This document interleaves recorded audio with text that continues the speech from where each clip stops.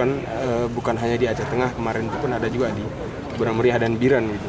Kira-kira ini dari pemerintah Aceh apa nih yang akan dilakukan penanggulangan gajah Yang ini? pertama kalau menurut adat kita ya, Ya. ini saya rasa binatang yang punya perasaan. Kalau boleh jangan disakiti mereka. Ya. Disanjungi, disemangat lah kalau bahasa Aceh kan. Ya. Jangan tembak, jangan dikejar gitulah. Karena dengan semua semangat mereka akan tidak mahu kita akan ke lahan dia lah. Ya. Tapi ya sementara ini sudah laporan Bapak Bupati, kita akan telusuri macam mana mekanismenya supaya benar-benar binatang itu dapat kita atasi lah.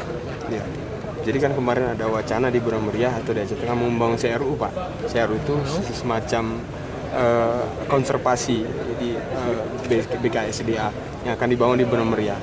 Mungkin pemerintah Aceh punya solusi lain, Pak? Ya sebenarnya kita sampel itu. Jangan kabupaten, jangan provinsi sampel, karena kita butuh sama sekali untuk mengurangi pengangguran kita. Jadi cepatlah kita demi kemajuan Aceh bagi kita bersama.